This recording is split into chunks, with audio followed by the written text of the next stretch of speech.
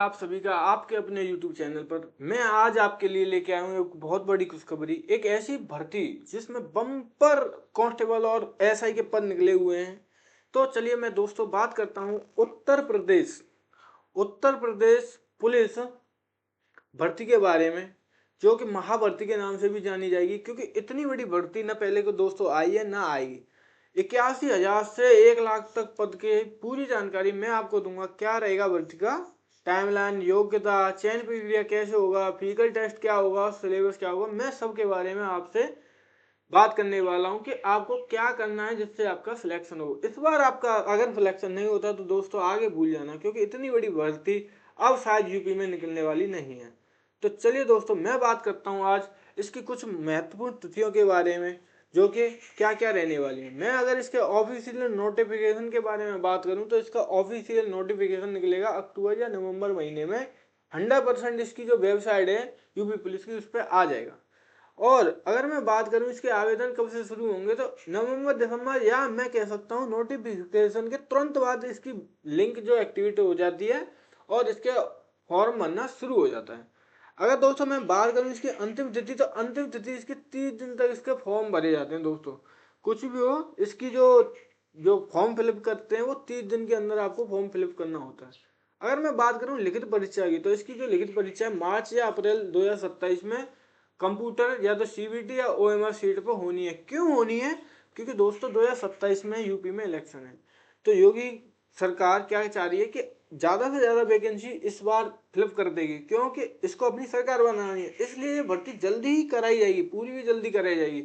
इसके जो आपको ये देने वाली है ना, वो आपको बहुत जल्दी इसके ज्वाइनिंग लेटर भी आपको बहुत जल्दी दे देगी। अगर मैं बात करूं कुल पदों का जो वर्गीकरण है वो किस बार है, वैकेंसी डिटेल के बारे में अगर मैं बात करूं तो यूपी पुलिस कांस्टेबल में 35,000 प्लस पद हैं, जिसमें कि सिविल पुलिस पीएसी के पद भी शामिल हैं।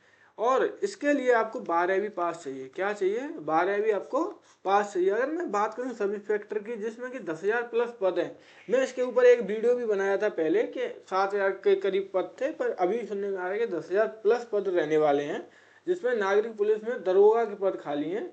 उसके लिए वैकेंसी आपको, इसके लिए चाहिए आपको ग्रेजुएशन होना बहुत जरूरी है। ठीक है दोस्तों, तो ग्रेजुएशन होना आपके लिए सब इंस्पेक्टर के लिए जरूरी है। अगर मैं बात करूं अन्य विशेष कैडर की, जिसमें कि 36,000 प्लस पद हैं, जिसमें क्या क्या है, जिसमें जेल वार्डन, फायरमैन, पीएसी और विशेष सुरक्षा बल और कंप्यूटर ऑपरेटर की वैकेंसी है। तो दोस्तों ये कुल मिलाकर ये सब की सब कितने, करीब करीब 80,000 से 1 लाख तक, 1 लाख जाने तक संभावना। इतनी बड़ी भर्ती यूपी में कभी पहले नहीं निकली है।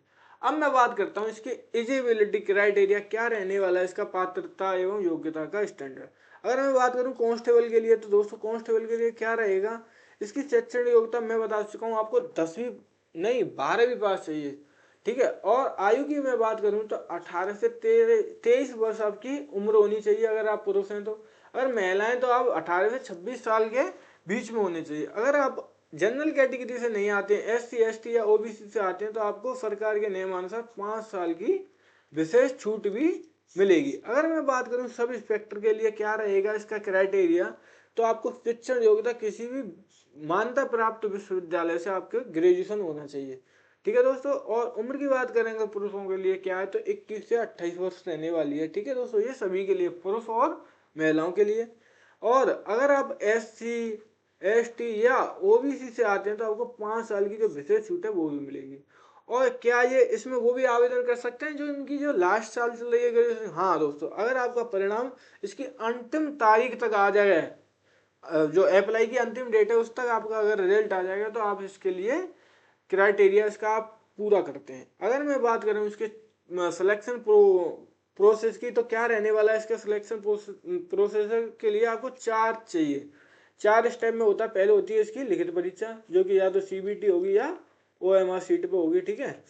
फिर इसका होता है डीवीपीएसटी, क्या, डीवी और पीएसटी, जिसको डॉक्यूमेंट वेरिफिकेशन और फिजिकल स्टैंडर्ड टेस्ट बोलते हैं। फिर उसका होता है पीटी, फिजिकल, क्या होता है इसका, फिजिकल स्टैंडर्ड वो एलिजिबिलिटी टेस्ट, जिसमें कि आपकी रनिंग रहती है। क्या रहती है आपकी?